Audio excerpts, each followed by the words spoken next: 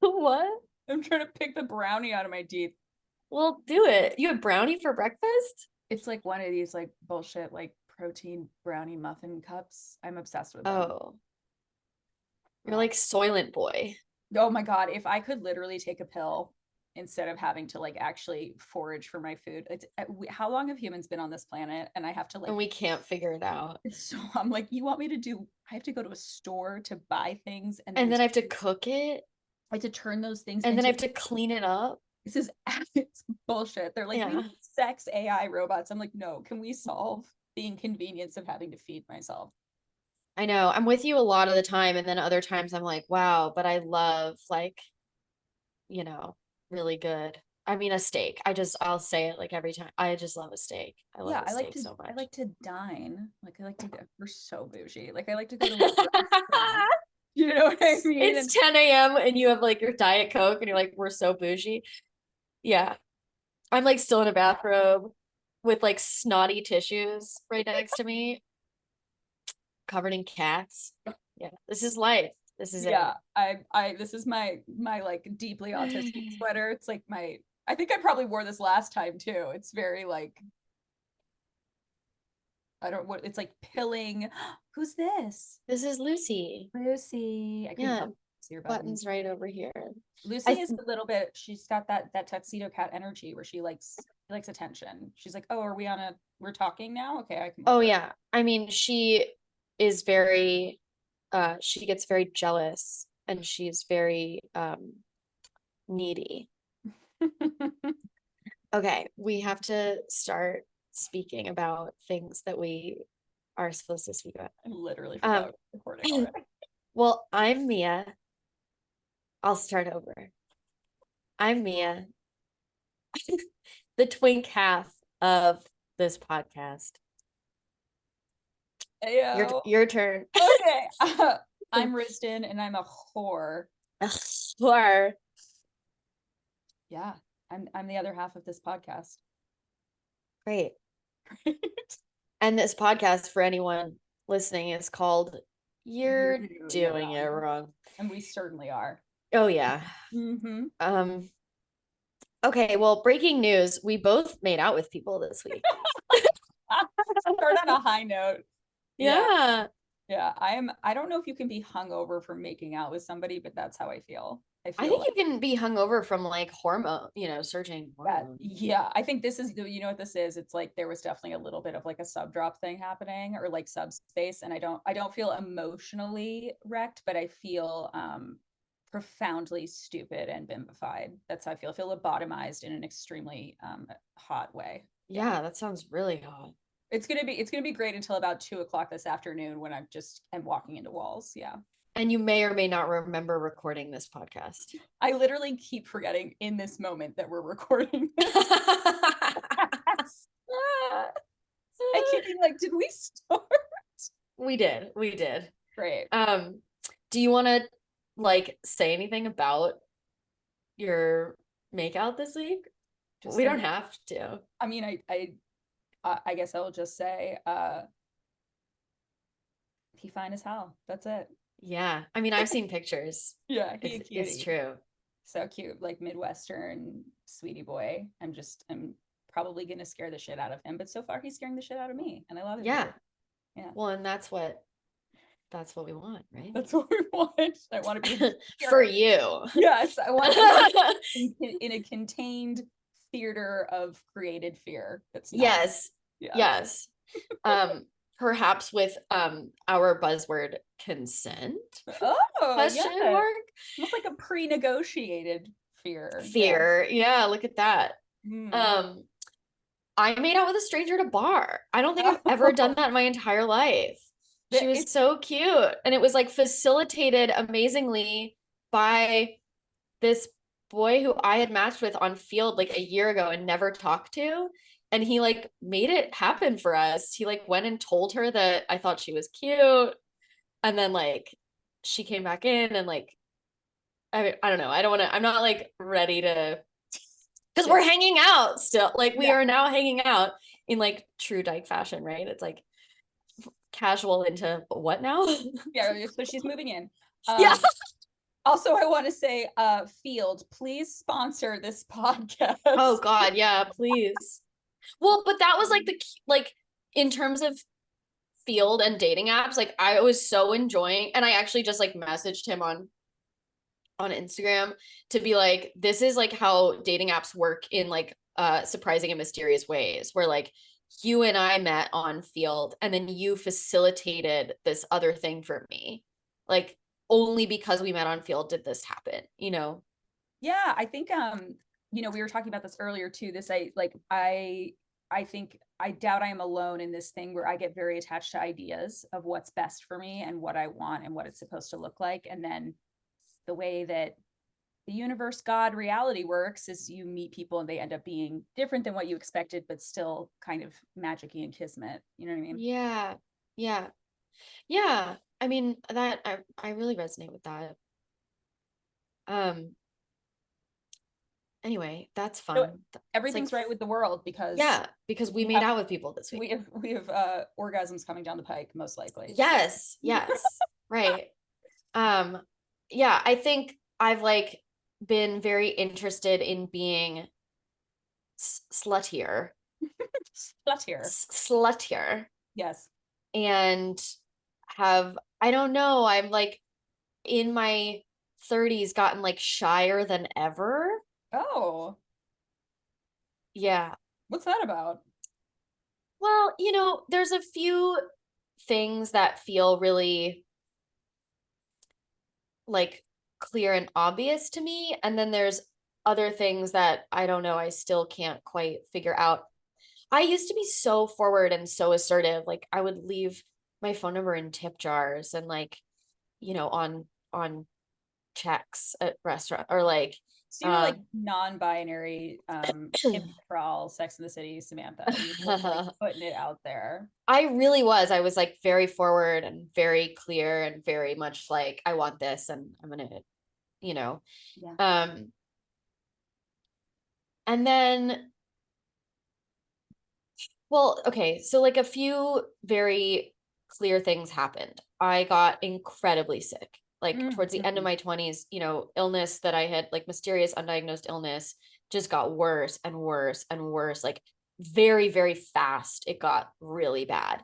Um, and then it was like right around 30, I'd have to do some math, but I'm pretty sure that's true, where I both got my diagnoses and then went through like really intense treatment that shut down my libido. Like I had not even, and it's really interesting, like it wasn't just like I didn't feel horny and like didn't even want to masturbate, but it was like I didn't even have like the energy, you know, like the tingly like vibes going out or coming in, where like I would I didn't meet a single person who even sparked my interest. And it wasn't like for lack of people. You know, it was like I wasn't seeing this whole part of my life had like just shut down. Like the dial got turned way, way down, if not off.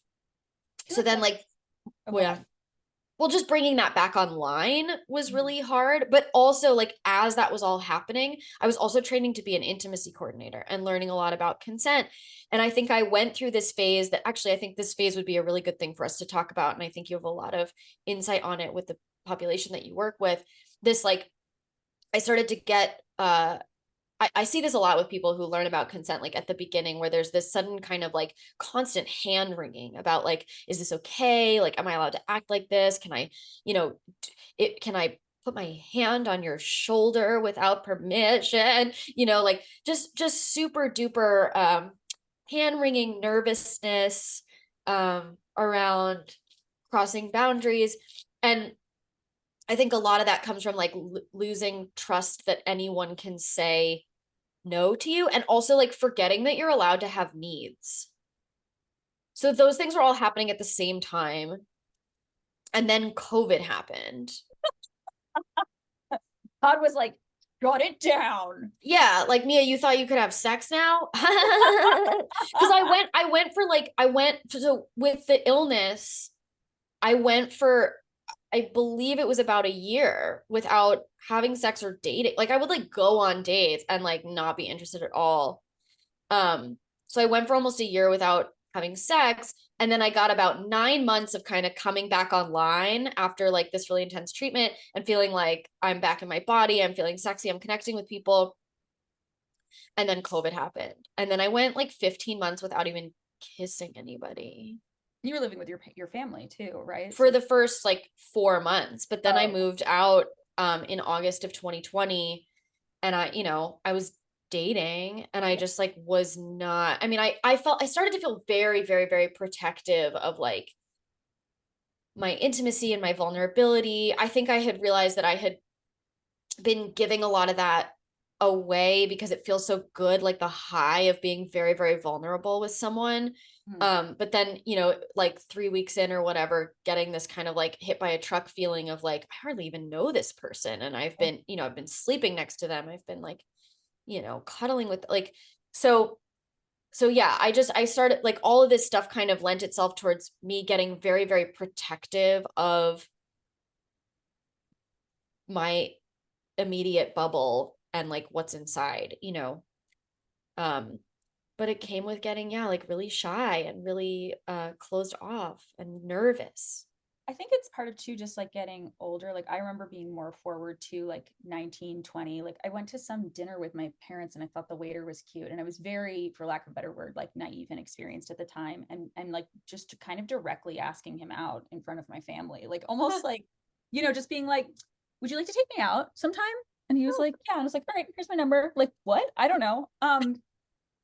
And like I wonder too if some of this is like, when you were talking about what it was like for you when you were super sick, like falling in love requires like a lot of brain energy, like Mm-hmm. neurobiologically. There's just like a whole fucking takeover that happens in like the limerent state. And like we have all these colloquialisms about love, like the French say, love is thinning, but they don't mean like in a good way. They mean like it will make you like skin and bones, like it will take Mm-hmm. away from you. You know what I mean? And I had this acting teacher who used to say, uh, what is it? He was like, love is disrupting.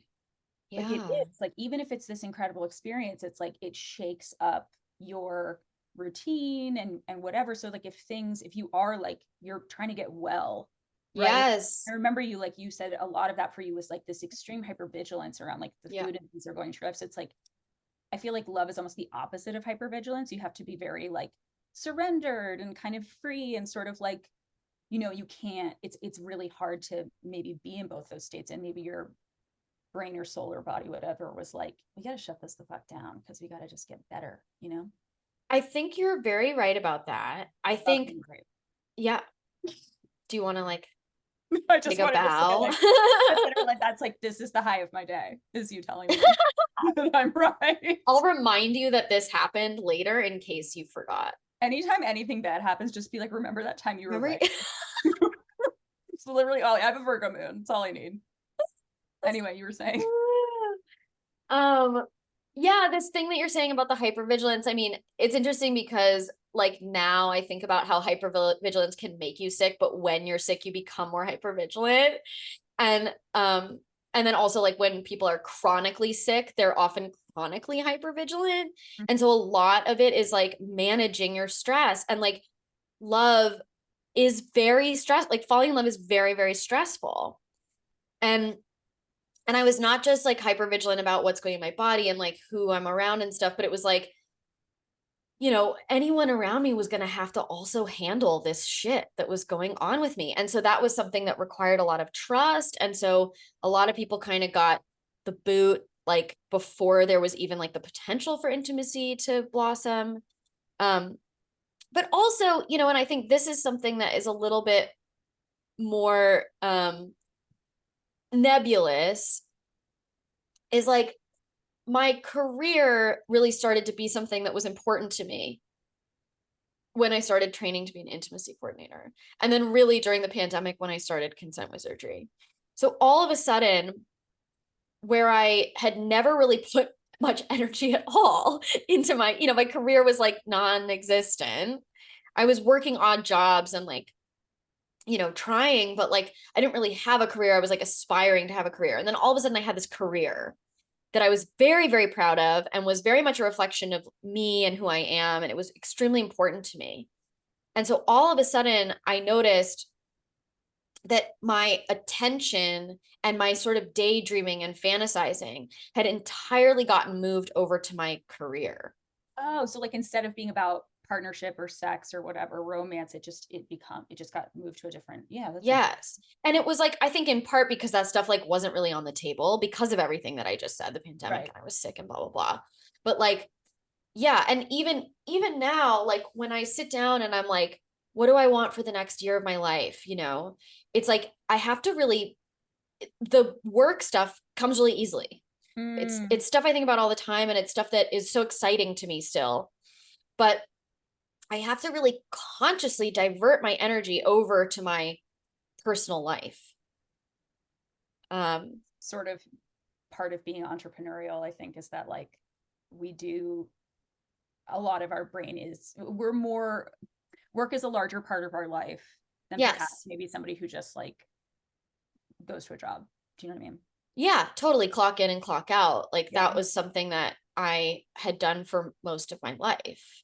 I wonder too if that's, I mean, I'm sure there's like developmental things related here too, but I feel like in my 20s, sex, romance, dating was just like way more of a priority. Like, and Me I think, too. yeah, I wonder too if there's just part of getting older and being and sort of awakening to, unfortunately, the way that like money and capitalism works, and like my need for security and safety got more intense, I think, maybe with getting older. And so I was Yeah. interested in like creating a career that could be like stabilizing for me. Yes, that hits for me a lot. And I wonder if you relate to this, which is like there was for me there was kind of this idea you were talking about getting attached to ideas, and I think I had an idea that like if I could sort out my personal life and like a partner, then I could sort out my career. Oh, it's so funny. I've always been the opposite. I've Oh, always felt like, oh, once my career, then I can. But that's also because I was acting for so long, and which was just like the fucking golden ring that you, even if you catch it, falls out of your hand. You know what I mean? right. It's such a please don't try to be an actor. Is my advice if you're listening to this, Yeah. or do it for fun. But yeah, like I think I struggled with money and with work for so long that it was like maybe even dating was just sort of like that part was almost easier, like and fun for me, like I don't know. Yeah. I mean, I also was in like a pretty life-sucking relationship for the majority of my 20s. I'm like, which one? Well, there was one that was like acutely traumatizing but brief twice, Mm-hmm. though. It did happen twice with the same You mean like you person. went back to this person? Yeah. But the other one that was like my longest term, and I mean, it wasn't entirely life-sucking. Like I got so much out of that relationship and I have a lot of deep care and love for that person, but I was in a caretaker role for the Mm. majority of it in a way that really did take away from me. And, I have some responsibility in that. Like I was over giving. I wasn't um holding my own boundaries or getting what I needed. Did you know what your boundaries were? I don't think so. Yeah. No. Yeah. I mean, No. so right. Yeah. But so um but wait, you were talking about the like career, personal life. Yeah, I feel like that something flipped in my 30s where I kind of like let go. I was like, partner will come when partner comes. And my career is like doing a thing right now, Mm. like it's like kind of the ball is rolling and I want to keep this ball rolling. And I also, what was I going to say? I'm going to just had to pause for very loud neighbor and his dog. Um, wait, we were talking about this is what I wonder if you relate to this is like I think I got to a point where I was like I'm no longer gonna like wait for someone to have someone else in my life before I get the things that I want. Like I want to live alone. I want a dog. I want blah blah blah blah blah. Like I want a house. I don't have a house, but like I'm like in my mind it's like I want to be able to I'm trying to put the the whatever in place to like be able to do that on my own. And I'm like ready to have a baby on my own. You know, like these are things that 5-10 years ago, I would have been like, well, you got to wait until like, you got to find a partner first before you can get a house, before you can get a dog, before you can have a kid. And then something really shifted where I no longer have that person, like that person no longer is clear, like in my mind. And, you know, I'm fully prepared to, yeah, just like do these things on my own, which means that I have to continue to prioritize my career so that I can afford to do these things on my own.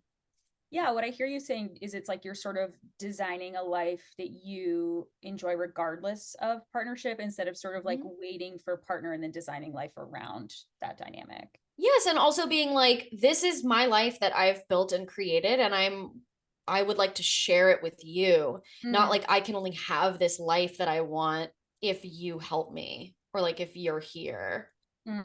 Yeah. I wonder, do you think this is also like a socialization thing? Like, I don't know if this feels gendered to me, and I'm wondering if you feel that way. I also know like you grew up in a 2-family household, right? Which is like, I wonder too if that's like maybe. What does that mean? Well, like that your parents are married. Oh yeah. That like, I wonder if that imparts sort of a like framing of relationship as being like foundational to life, or being like, oh, like I want like a partner is like a big part of what I want, and so like until I have that, do you know what I mean? Like, yeah. Yeah, I mean, I think there's definitely aspects of this that are gendered in not the most straightforward way, I'll say, because I think a lot of this is also like in reaction to the way that I was socialized around my gender. You know, that I'm like, I don't actually need someone else to do this stuff for me because I'm going to make the money. Whereas like that was not really the case in my household. Like my mom was always working, but my dad was making more money. You know, our life, the way that it was and the way that it is was really possible because of how much money my dad was making. And my mom, you know, there was a way that I was definitely socialized a lot around how like, so my mom was a magazine editor for many years, and my dad works in TV as a talent manager. So there were a lot of like very normative beauty standards, right? I grew up in LA in the time of like Baywatch. Oh God. And then you had to live through like, yeah, the late 90s, early aughts of like, where it's just, everybody was so thin and it was so. Yeah, right. Like Ally McBeal and, yeah. So, and heroin chic in Venice Beach, and then just like the that type of tabloid thing. explosion of just like Lindsay Lohan and Paris Hilton and just like. Well, and yes, and Monica Lewinsky and you know all that stuff. Queen, so by the way, she's Queen. On my altar. Yes, I know. I met her actually once. Okay, we have to talk about just we're just talking about Monica Lewinsky now. Please talk about the fact that she was 24. I know. I'm like, I couldn't wipe my own ass when I was 24. Like, what are you talking about? Yeah. Anyway. So you met Monica Lewinsky. Yes. I met her on the set. Consent. Yeah. Suddenly we're talking about Monica Lewinsky. So I met her on the set of Rent, the movie, because my dad had a client in it and she is obsessed with Rent. So she and I have that in common. I was going to say, should we just disclose this is now a podcast about Rent. This is a podcast about the like listening to the Rent original soundtrack on CD to like fear and questioning pipeline. Yeah. Yes. Oh, 100%. I mean, I honestly like, you know, I personally don't quite experience the like born this way narrative around like transness and sexuality. I feel a lot more aligned with the like, I kind of felt, I believe that I was kind of like predisposed innately, perhaps born with, so to speak, a certain amount of like fluidity. And so then followed a line of questioning, and it has gotten me to where I am now. That's like potentially controversial. Don't tell anyone at the HRC that I said that.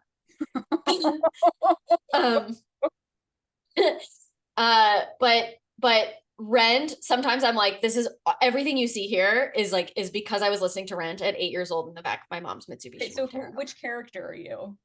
Oh, I'm all of them. So that's how you actually know if you're non-binary is like, right. It's Who not a do you static relate to character. most in Rent? Yeah.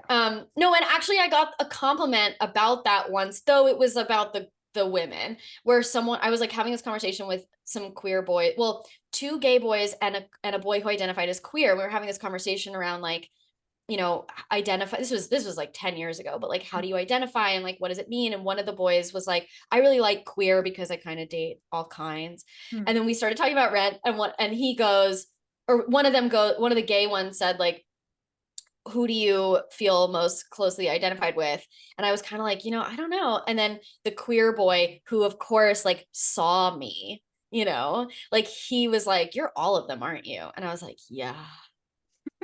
I will never forget. That was like one of the highest compliments. I love that. What's your relationship to Rent? I'm like, is it really wrong of me to say that there's definitely a little bit of Angel in me? There's a little bit, which is so weird to say, but I obviously, and I think I'm maybe more equal parts Maureen and who's do you go to the cat scratch club? Mimi. Yeah, and definitely. I mean, Mimi's a sex worker. Yeah. And she's a drug addict, and like that's a big part of my identity too, like yeah. But there's just the toxic dykeness of Maureen is very like she's totally terrible, but you can't help but love her, and that's I think also right. Well, and she's a performance artist, and like I really identify with that. Like activist. What's right that? Activist performance artist. I also feel very aligned with Joanne, the kind of like lawyer, justice oriented, like spurned lover, like that kind of thing. I forgot that Joanne was a lawyer, but I have like such a lawyer kink that it's like this. I'm like, I think about, I don't know that I am like genetically predisposed. It's kicking, the subspace is kicking in. The makeout hangover is real. I can't form a goddamn sentence. But so I don't know if that's like genetic in me or whatever. There's not a lot of queer people in my family. The running joke in my family is I'm one of 5 kids, and I'm always like, where are you? Well, who else is going to come out? I mean, this is like the thing about ancestors that I think about a lot of times is like, we don't know that they're queer, but that does not mean that they're queer. And then like part of, I think, my like purpose on earth is to like live out the queer artist life that my ancestors didn't feel that they could have. Yeah, I think like my mom definitely said something to me. She's sort of said a couple things to me, and we're basically the same person. I just have had a lot more therapy. But I always think that my mother would probably have been a lesbian if she knew that she could be a pillow princess. Like, I think, you know, like, yeah, you don't have to like play like use power tools and like you don't even have sports. Mom, you don't have to strap up. I don't ever strap up. You know, like I'm like trying to come up with like lesbian stereotypes, and I'm like, I don't even know. Yeah, but I think I went to a summer camp for 10 summers that was like most of the counselors were like Vermont Gen X gender nonconforming lesbians who like spelled woman with a Y. I had a lot of nannies, like gay male nannies growing up, very effeminate. And my mom was really involved in HRC in the early 90s. So I think there was like a lot of exposure to like queerness but also at the time it was very like, I came out to my mom as bi when I was 11, and she was like, I said, what would you say if I was gay? And she said, I'd love and accept you no matter what. And I said, well, what would you say if I told you I was bisexual? And she said, well, I would tell you were a selfish homewrecker who wants everyone for themselves. What? I love my mother so like much. As a joke? No, well, completely. What? So much biphobia in the early 90s. Yeah. Your face right now. Oh my God. You look like I just threw a rock by your head. You're like so aghast. But this was very, because like I'm 39, you're 34. Yeah. So this was like a thing in the early 90s. It was like very anti bisexual. I know. I mean, I do know that. I remember also last year watching Ally McBeal, and there's like a video of me that I recorded because I just was like so much in disbelief that it's on my personal Instagram, but like of Ally McBeal like having a really deep and exciting connection with this guy. I don't remember the actor's name, but then he like tells her that he's bi, and she just cannot get the fuck over it, and she breaks up with him. And I'm just sitting there like, are you fucking kidding me? Also, like, as a person who, I mean, I no longer really date cis men. I'm saying, I don't want to say never just because whatever, but like anomalies proof probably not. Yeah. But like, you know, as a person who has, I date, when I even until recently for the last several years, like when I was still dating cis men, I wouldn't date straight cis men. I would only date queer cis men. And I also like wasn't interested in cis men who call themselves queer because they date like cis women and like AFAB non-binary people. So I was like, if you suck dick, like we can date. That's your yeah. Mm-hmm. Yeah. Little did poor Ally McBeal know that, in my humble opinion, bisexual men are like the best. Oh my God. I mean, Jesus fucking Christ. Like, what a way to miss out on the great pleasures of life. Yeah. A fool. Yeah. Foolish choice. But yeah, anyway, I don't know what the crap we were talking about. Oh, just I wonder too, like how much of my, like, I very much identify as queer, and I tend to, you know, I, as you also know, identify somewhat ironically as a chaser. I mostly date gender nonconforming people, and I wonder how much of that was influence or how much of that was in me, especially as like a hypergendered person. Do you know what I mean? So yeah. When you do date the T-boys. I love. Yeah, I can't. Yeah.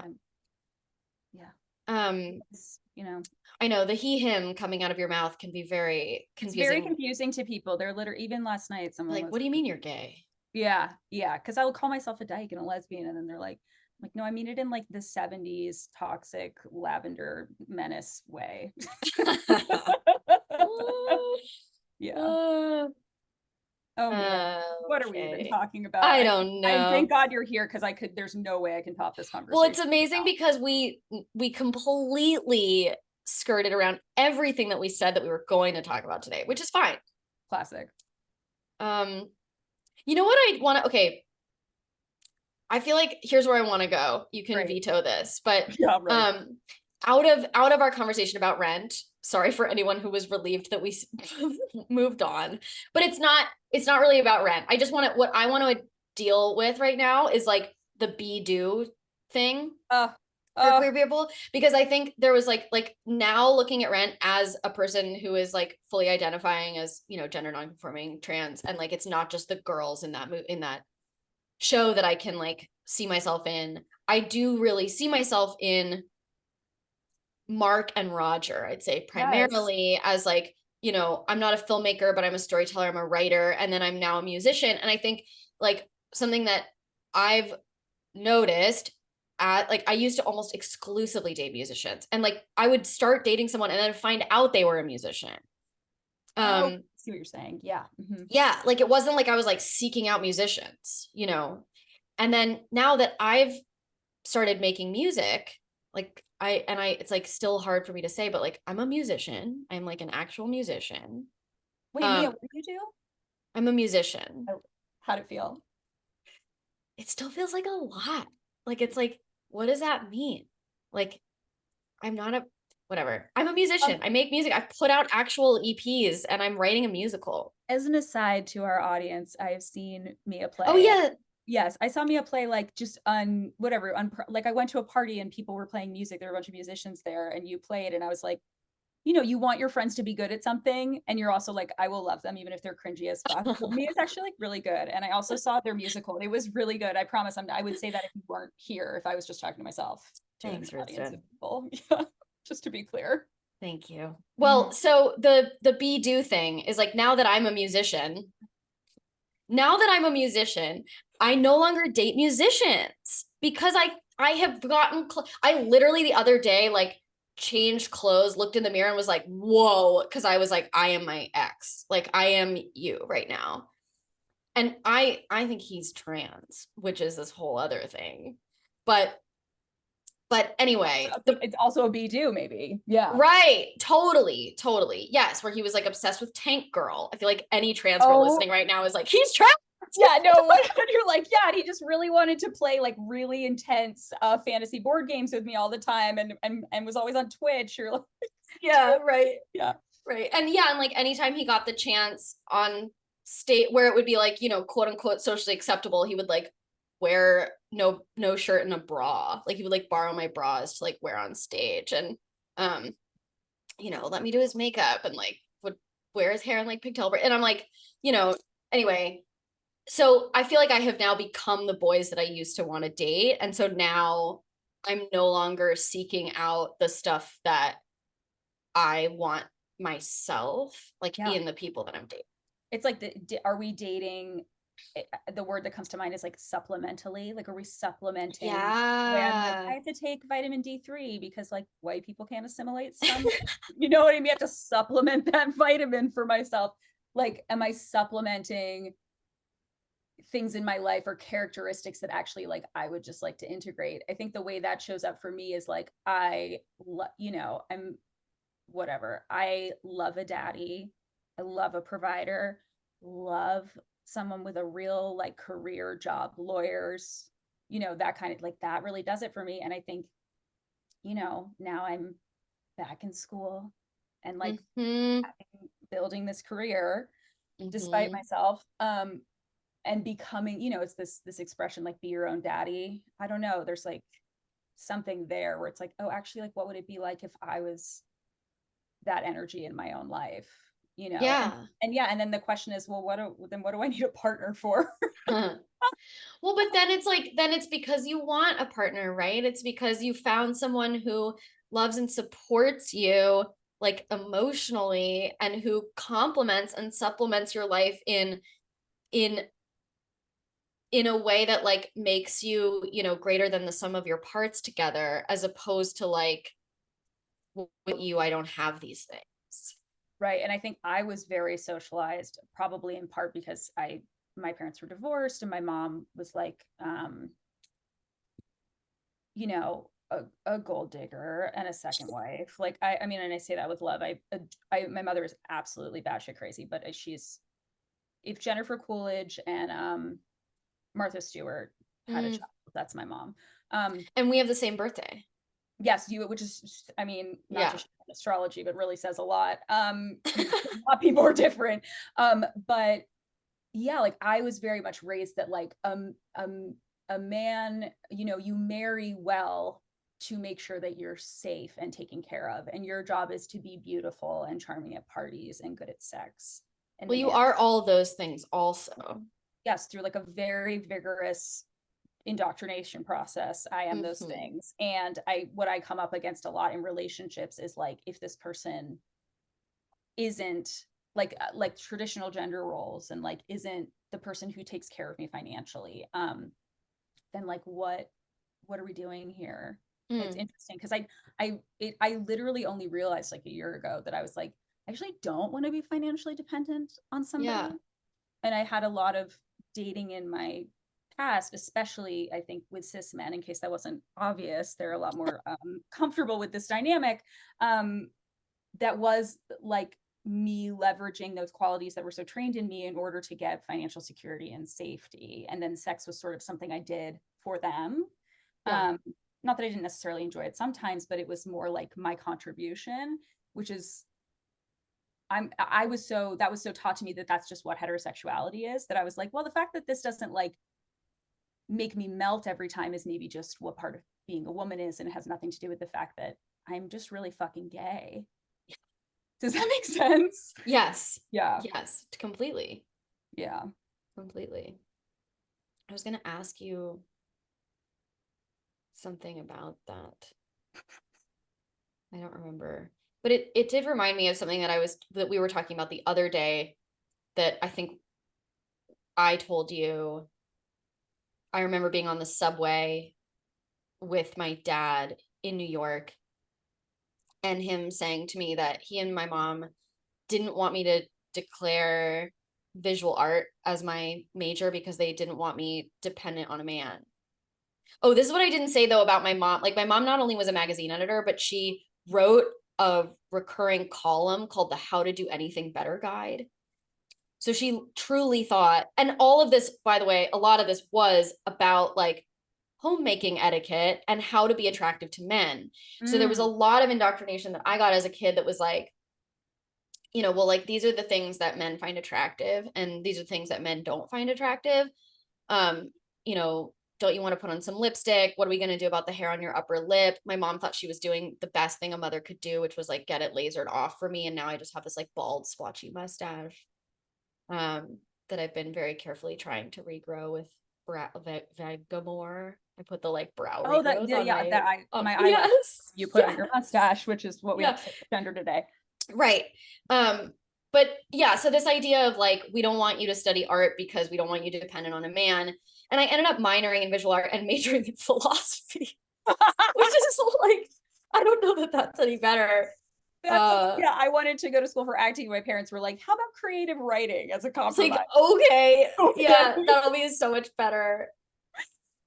But I think you were saying that like when I told you that we just ended up having a like whole winding conversation, I think, around like that kind of, you know, I don't know what they would say now about that. About this thing of like not being dependent on a man. It's funny too, because I'm just like, well, yeah, or also don't be dependent on us. You know, this thing of like, you know, like your parents come to America and they are merchants, or they work like 15 jobs so that their kid can become a doctor, and then that kid has the fine art major kid. You know what I mean? Right. That's the American dream. That's the American dream. So it's like, yeah, the grandchildren are the like artists, and I think it's funny because your parents are like, no, like we're stable, but we're not like, right. We don't have that kind of, we don't have our kid can be an artist kind of money. Exactly. Like you're going to need to work, babes. Yeah. Well, and I said that to you at one point where I was like, how rich do your parents need to be in order for you to be an artist? And you were like so rich. Like you have, you know, but interestingly, I think, you know, and like your acting training has served you really well. I mean, just like if you think about like the ease with which you were able to teach class on Wednesday from a public speaking standpoint, let's say, or like being, you know, eyes on you kind of way. And the way that you're able to like pick up your phone and like make a reel and just not be concerned with like, uh-oh, like what do I do with my hands? You know what I mean? Like, because and I feel the same way. Like I studied acting for so many years and it served me so well. And I also think it gives me a particular lens into consent stuff because I see so many parallels there around like being present and listening and reacting honestly and not having a plan of how you want the conversation to go. You know, like all of those to me are really big. Yeah. Not needing to do somebody else's work for like not being invested in how you're perceived as much as like doing your part. The truth. Right. And like conveying the truth. You know, I might be ugly as shit when I cry, but like I'm conveying some real emotion. And then, you know, like my philosophy background, I totally see that in what I do, like in terms of the writing and the way that I speak about what I do. And then the visual art, I'm like, you know, look at my Instagram, look no further, you know, and then like, and my website and then things like, you know, bringing this work and these themes into a book and into a pilot and into a musical to what I see as like reach the masses on to reach a wider audience who's not so interested in the heady, like kind of academic, you know, version of this, but rather can absorb it through art. And I think of art a little bit as like a Trojan horse for education. That's my preferred type of art. I like when it's like, you know, postmodern stuff. Yeah. Right. And I like stuff to be really beautiful and I like stuff to be thought-provoking. So anyway, you know, I think that the ways that I ended up taking that path that perhaps someone may have been concerned was going to leave me reliant on what man I don't know, you know. Where is this God, the men you have sent to be providers are, oh my God, they've all been broke ass musicians. Like no, I mean that was never, I don't think that was ever going to happen, gay or not, you know. But yeah, and then like my gender often presents as like, I want to be your boyfriend. Like I don't like being a girlfriend. I would much prefer to be a boyfriend, which also means that I do really want to like buy you dinner and like shower you with gifts and worship you. And then like, I actually need money to do that. So I'm going to work really hard. And then like, I also have wanted for a long time, like if I date someone and they want to be a stay-at-home parent, I'm like, I want to make that possible for you. Well, this is the running thing we talk about too, where it's like, where's my wife? Like I'm sitting Yes. in my house right now looking at my dirty dishes and the laundry I need to put away. And I'm like, yeah, I need another set of hands around here. And Oh I like yeah. working. I like having a career. Like there is part of me that is that, I don't know. Yeah. I don't need someone to like full-time take over those tasks, but I would like a little help. And it all comes back to the mommune or the, I don't know, birth Yeah, parent, yeah, yeah. The where it's lesbian like, commune of. yeah, I have a cis straight, I don't know if he's straight actually, but he primarily dates women, who was talking to me about his wife and his girlfriend and how his fantasy is he would love to have a child. And he was like, Kim, can they just come live in the same house and we can raise the baby together? Wonder, and kind of posing it to me as like, is that like misogynistic or something? I was like, no, No. it's actually like really unfair that we expect women to raise, typically women to raise Yeah. babies in like isolation. Like, Yeah. yeah. Yeah. No, I don't think that's misogynistic. I think the history that we see of that is misogynistic and patriarchal. But I think if we're really working towards like consent and autonomy and Yeah. what that means for polyamory, then like the gender shouldn't really be the issue. Yeah, and I think in framing it in consent is interesting because if you're just sharing the load, you're spreading literally the labor of child raising out among other people. It allows space for them to have more of their own needs, more of their own Yeah. requests that aren't just about serving this tiny Right. woman, you know? Right. Do you have a be do? Well, I guess you kind of talked about it. Yeah, so my like, because my, I feel like I'm very attracted to other. Like that's very Yeah. much, you know, I joke about the fact it took me so long to like understand my sexuality because when I was in like late middle school, all the girls I was playing soccer with were like obsessed with Sarah Michelle Gellar. And I was like, Right. and Buffy is a classic be do, right. especially like watching Buffy as a trans allegory brings Mm, up a lot of that. yeah, and there was a lot of like, because I'm not primarily, I definitely wasn't at the time, I'm not primarily attracted to femme presenting people that like is in a cisgendered way, I would say, especially Yeah. like I was like, I got a lot of feedback that, and this was through my 20s too, that like you're not gay, like you're not Right. queer because you don't Because like you don't hot, like girls. Right. right? You don't like girly And hot. boobs. Yeah, boobs do nothing for me. Yeah. I'm honestly also like kind of indifferent. I mean, I like boobs, but Yeah. I'm not like drooling over You're not like a boobs. huge boob. Yeah, I No, mean I boobs. love butts. Like I know you're more of a I've butt person. yeah, like when people are like, are you a butt guy or a boob guy? I'm like, butts. I Yeah, this love butts. literally a question I ask as a stripper a lot before I give a lap dance. I like I'll sit them down and be like, "Are you a boob guy or a butt guy?" Because which way are you gonna face? Because I'm either going to give them more ass or I'm going to motorboat them. Yeah, Yeah, yeah. yeah, I cater the experience to the client. That's why I'm good at my job. yeah, yeah. Front or back. Yeah, so be do doesn't really happen that much for me, I would say. Sometimes the way it shows up for me, which is maybe more like straight coded, is that like sometimes I'll meet a woman and I'll be kind of like, oh, I fucking hate this bitch. And then I realize it's because I really like her. Like to Yeah, like it's more integrated now, but when I was younger, if somebody was like a woman was very strong and kind of aggressive and had a lot of opinions and was like maybe a little fabulous, that's how my BD shows up. And it's not really like, it's more like hate B. Do you know what I mean? I'm yeah, like, yeah. like you. And it's like, oh no, because I want Because to I be want with what you you. have. Yeah. Yes, exactly. Yeah.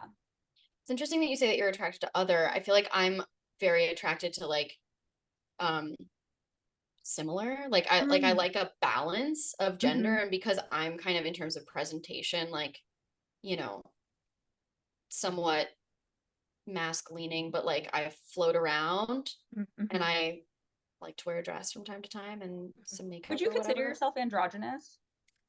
Is I that part guess of so. your, I mean, I feel like that's like one of those things where it's kind of like someone else can objectively just like call me sure. that because that's what I look like. Yeah. But It's like not like an internal word. It's more like an external. no, yeah.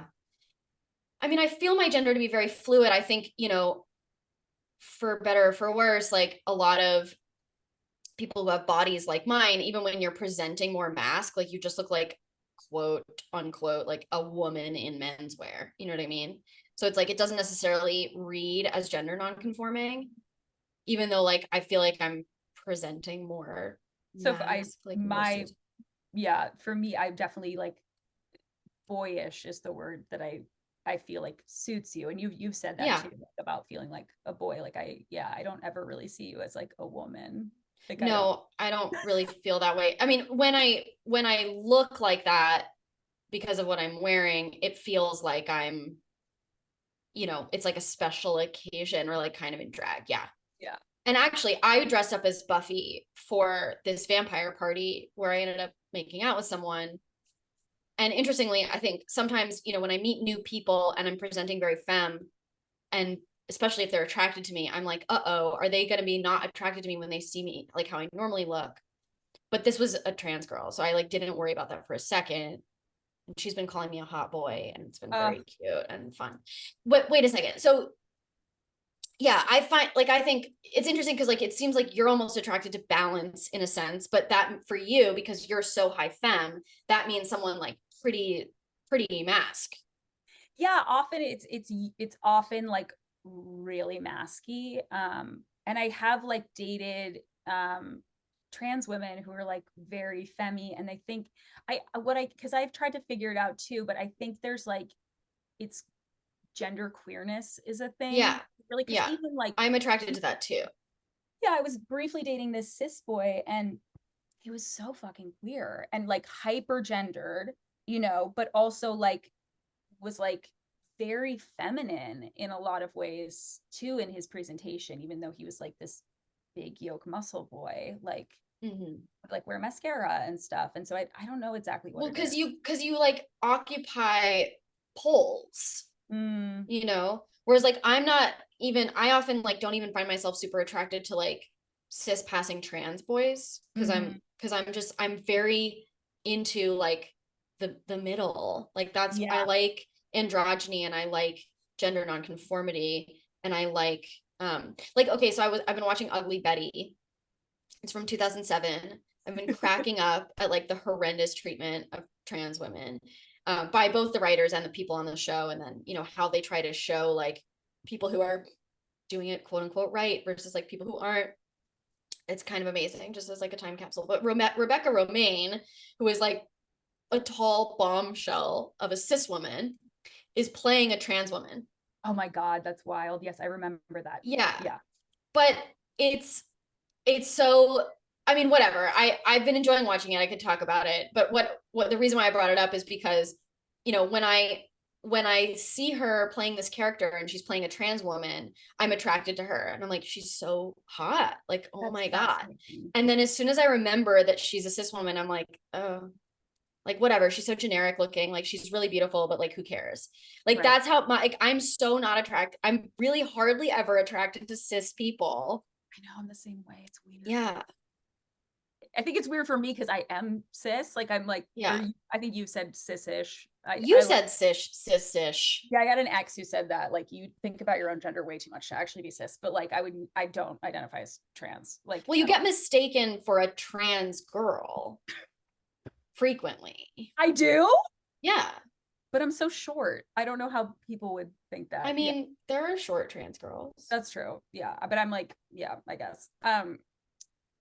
Yeah, I think I'm attracted to like hypergenderedness. That's a term. Yeah. I had an ex who was like, I really identify as a trans guy, and he was like, I really feel hypergendered. And sometimes within that space, I play with what that means. Like I'll pop on some femmy attributes sort of to just like keep it cheeky. And I feel like that tends to be who I'm attracted to, is people where there's a queerness in the gender, but it's a hyper presentation. That's usually yeah, I know. It's really interesting. Like when I'm still occasionally attracted to cis boys, it's because like we dress the same, you know, it's like because like we look the same, we have the same haircut, we have the same like I remember you sending me a picture you pulled off Hinge or something where I was like, Mia, that's you. Like that's literally just you. And I don't have that thing where I'm attracted to people that look like me. Like I don't really, you know what I mean? Like if I had an ex who was blonde and I was like, we're Barbie and Skipper. Like she was so tall. And she was blonde. And I was like, we kind of look alike. This is so weird. And then she dyed her hair red. And I was like, now I'm really into you. Do you know what I mean? Mm-hmm. Yeah. I had something else to say about what we were just talking about. Oh, I'm thinking about someone you collaborated with musically who we met at a party. Oh, who I thought was We're trans. both like, this boy has to be trans because he was like, it was so queer coded. Like he was Yes.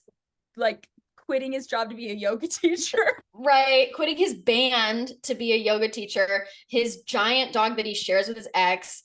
I later found out he drives a Subaru. Yeah. I was like, this boy is trans. But then I felt such a strong connection, you know, and then like sort of discovered that he was cis and it just evaporated, Risdon. It just evaporated. Like it was bizarre. I've never felt anything like that before. It just was like sucked out.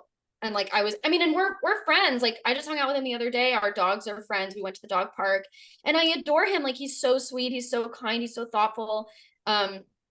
Definitely like lesbian vibes, which he also like admits. Oh But yeah. yeah. Well, I mean, not admits, like he says, like, yeah, I've always like felt very aligned with like that kind of those tropes. I have a client right now that the first time I was with him, which I was offered as a gift to him for a birthday present, I realized I was like, you're kind of a lesbian. Mm-hmm. He was like, yeah, like, I don't know. It's just something. It's funny how that is. I know. Well, and you know, there's like, I mean, we have to wrap up, but I really could talk about this forever. Like talked about.